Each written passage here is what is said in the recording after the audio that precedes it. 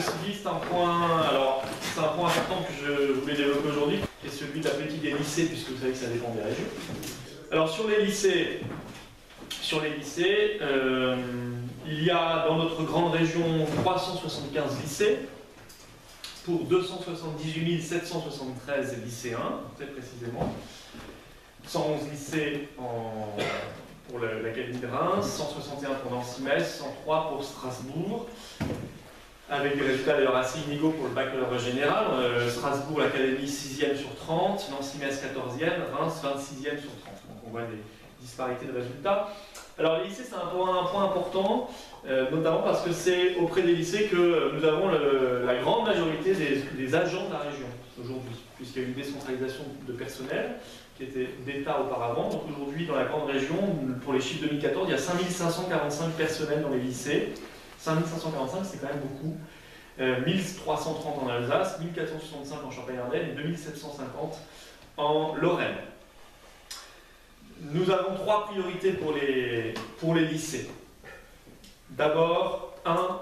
Assurer l'égalité des chances et l'égalité entre les territoires. 2. Je reviendrai sur chacun.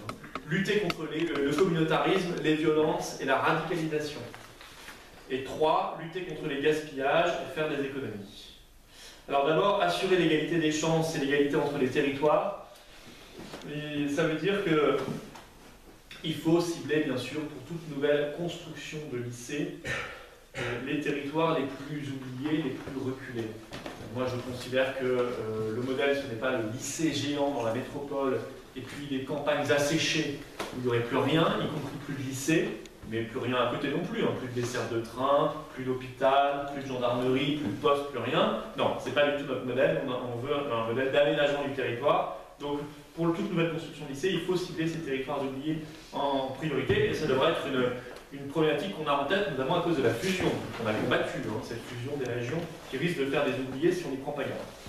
Ça veut dire encourager l'internat en harmonisant les tarifs pour approcher l'élève du lieu qu'il fera réussir. C'est un modèle auquel on croit et il faudra y travailler.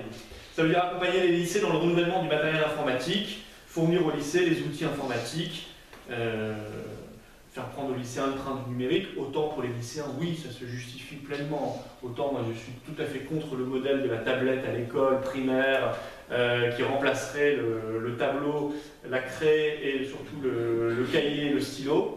Je pense qu'on doit apprendre à écrire avec sa main, sa plume, c'est-à-dire son stylo, et de manière tout à fait normale. Et on n'a pas à introduire massivement l'informatique et le numérique à l'école primaire, parce que toutes les études ont démontré qu'on apprenait moins bien à écrire, à lire, quand on mettait trop de numérique à l'école primaire. Autant pour les lycées, il faut que nos lycéens soient parfaitement à l'aise avec l'outil informatique. Alors ils le sont déjà souvent chez eux parce que maintenant on baigne là-dedans, mais pour ceux qui ont moins la chance d'avoir cette capacité, cette fourniture de matériel informatique et numérique à la maison, le lycée doit fournir cet apprentissage. Ça veut dire développer les points d'information à l'attention des lycéens, ça c'est très important, en inscrivant les lycées dans la réalité économique de la région. C'est l'idée qu'a eu à l'origine Marine Le Pen pour sa région, et je trouve qu'elle est excellente et je la propose aussi pour nos régions, c'est qu'on informe les lycéens des filières qui recrutent, avec un peu d'anticipation. C'est tout bête, juste informer. Ça ne veut pas dire qu'on les oblige à choisir ces filières, mais vous savez qu'il y a des lycéens qui ont des vocations, puis il y en a beaucoup, ils n'ont pas forcément une vocation, ils vont un peu là où le vent les porte. Et c'est vrai que parfois ils se retrouvent dans des filières en réalité qui sont encombrées où il n'y a pas d'emploi au bout. Donc il faut aussi être capable de déceler des filières d'avenir, ce qui permettra de revaloriser le travail manuel aussi, ce qui permettra de revaloriser l'apprentissage. Je cite souvent ce chiffre qui fait de Richert, candidat à l'UMP, le cancre de la classe, pour le coup, des régions. C'est lui qui a baissé le plus massivement le budget de sa région pour l'apprentissage, moins 22% l'an dernier. Ça me semble être une hérésie. L'apprentissage, c'est un modèle d'avenir. Et les lycées doivent prendre leur part dans le développement de l'apprentissage. Ça veut dire qu'on harmonise les tarifs de cantine pour favoriser l'accès de tous à une nourriture de qualité et équilibrée, en développant les programmes d'éducation à la santé, des plats équilibrés. Ça veut dire aussi, vous savez, qu'on veut faire travailler les agriculteurs locaux, les éleveurs locaux, pour fournir en produits locaux. Je vous ai dit en produits français hier, je pense que français. Le terme français semble choquer aujourd'hui. Bon, je maintiens. Qu'on mange français dans les lycées, c'est-à-dire qu'on fait travailler nos agriculteurs locaux, nos agriculteurs français, plutôt que d'importer massivement de la viande, notamment pour les lycées. Françoise m'avait fourni cette information extrêmement intéressante en Lorraine sur ce chiffre de 1,5% seulement de produits de proximité aujourd'hui dans les cantines. Et ils ont fixé comme objectif 8,1% en 2016, c'est ça? Et peut-être, si tout va bien, je crois qu'il si tout va bien, 15% en 2020. Tout ça est très faible. Il faut être beaucoup plus offensif sur cette question. Donc assurer l'approvisionnement des cantines par les producteurs locaux en appliquant la priorité régionale et française, en privilégiant les circuits courts. Aujourd'hui, 70% de la viande consommée dans les cantines vient de l'étranger. Bon, c'est pas acceptable, c'est pas tolérable ni pour nos lycéens, ni pour nos éleveurs et nos agriculteurs, bien évidemment. Ça, c'est le premier axe. Deuxième axe, c'est lutter contre le communautarisme, les violences et la radicalisation. Quand on parle de radicalisation, c'est la radicalisation islamiste, hein, évidemment. Alors mes adversaires, les concurrents, l'ULPS, mais aussi les autres, hein, me disent c'est pas le rôle de la région. Bon, déjà quand ils reconnaissent le problème, parce qu'il faut déjà reconnaître le problème, il faut mettre des mots sur le problème, ce qu'ils n'osent souvent pas faire, mais même quand ils le font, ils me disent c'est pas du ressort de la région. Je ne suis pas du tout d'accord. Bien sûr que la région ne peut pas tout faire, loin de là. Ça dépend largement du national. Mais la région, elle a sa part à prendre. Et elle peut prendre sa part, je vais vous expliquer très concrètement comment.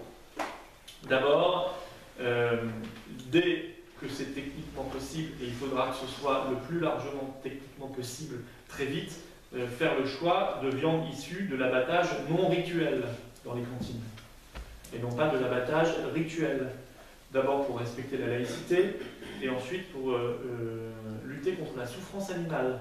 Parce que vous avez tous vu, j'imagine, ces vidéos épouvantables sur l'abattage rituel, vous connaissez les conditions de souffrance des animaux, et si notre région peut prendre sa part aussi pour développer l'approvisionnement en viande issue de l'abattage non rituel, elle le fera. Alors c'est pas toujours techniquement facile, parce que beaucoup d'abattoirs sont passés au rituel. Donc il va falloir qu'on s'organise. Il y en a encore qui ne le sont pas, mais il va falloir qu'on redéveloppe l'abattage non rituel.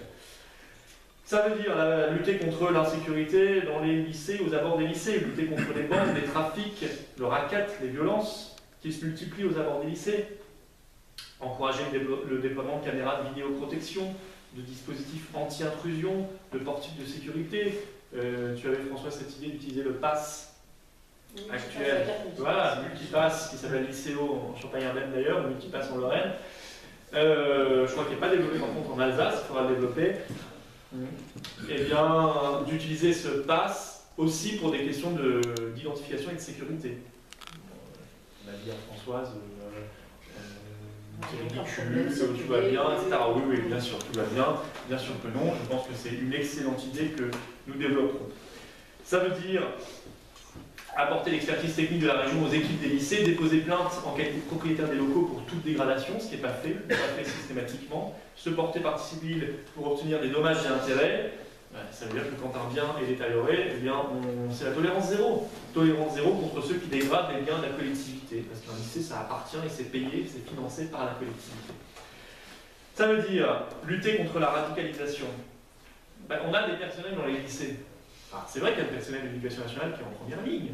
Et je crois que c'est le boulot de l'État et de l'éducation nationale. Mais nous aussi, on a des personnels dans les lycées, au contact des élèves. Et ce sont des êtres humains. Ils voient les choses.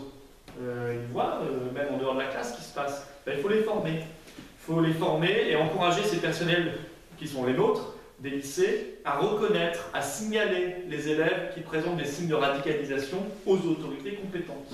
Ce ne sera pas à la région ensuite de les traiter, ce n'est pas notre boulot. Mais il faut les signaler aux autorités compétentes. Et il faudra que nous formions, effectivement, ces 5545 personnels. Parce qu'aujourd'hui, moi je considère que la lutte contre le fondamentalisme islamiste, c'est un combat national.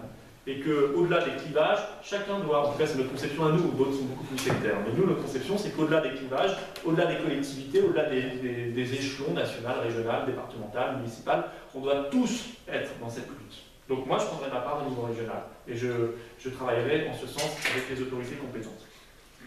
Ça veut dire maintenir évidemment le concordat et le droit local, parce qu'en Moselle, Haut-Rhin, Bas-Rhin, parce que la fusion, là aussi, risque de le menacer, il faut être extrêmement vigilant. Ça veut dire aussi ne pas étendre le concordat. Ne pas étendre le concordat à l'islam ou à d'autres religions d'ailleurs. Mais le débat aujourd'hui, c'est sur l'islam. Pas d'enseignement de l'islam dans les lycées d'Alsace-Moselle. Vous savez, vous connaissez ce débat, on avait réagi à l'époque. Bon, voilà comment on fait pour lutter contre le communautarisme, la radicalisation dans les lycées, en tout cas à notre niveau, avec nos compétences. Et puis enfin, c'est lutter contre les gaspillages, faire des économies. Parce que c'est un poste de dépense important. Bon, il y a une baisse des effectifs. En Lorraine, c'est quelques pourcents chaque année en moins. Il faut faire donc les économies sur les dépenses de fonctionnement pour faire face à cette baisse des effectifs qui a lieu en ce moment, bien évidemment. Donc rationaliser. Ça veut dire mutualiser les espaces inoccupés des lycées. En faire bénéficier les structures de formation professionnelle, par exemple. Il y a des espaces qui ne sont pas occupés, il faut les utiliser pour ce qu'on fait nous aussi, c'est-à-dire la formation professionnelle. Je pense que ça s'appelle une rationalisation de la dépense publique. Ça veut dire agir sur les structures, construire à l'avenir des lycées éco-responsables, beaucoup moins gourmands en énergie, renforcer les groupements d'achat communs d'énergie avec les autres collectivités pour faire pression à la baisse sur les prix des fournisseurs. Ça veut dire développer la filière bois. Nous sommes très favorables au développement de la filière bois, notamment en Lorraine, c'est le cas aussi pour la Champagne-Ardenne et l'Alsace, et on souhaite la transformation sur place, et non pas la vente massive de bois, matière première à la Chine, et qui nous revend du bois 10 fois plus cher transformé. Il faut que ça se fasse sur place, et évidemment l'immobilier ou les travaux de rénovation des lycées doivent prendre leur part à cette filière bois, qui par ailleurs est éco-responsable, écologique, environnementale et moins gourmande en énergie, ce qui fait faire des économies substantielles à la région. Ça veut dire louer les logements de fonction inoccupés. Il y a aujourd'hui des logements de fonction qui ne sont pas occupés, il faut les louer. Et ça fera une rentrée d'argent. Ça veut dire lutter contre le gaspillage alimentaire en éveillant, en sensibilisant les élèves à la responsabilité écologique des lycéens. Ce sont des programmes de sensibilisation à la cantine. Ce sont des petites touches, mais ces petites touches additionnées font à la fin des économies aussi substantielles. Voilà le projet que nous portons, que je porte pour ces élections régionales concernant les lycées.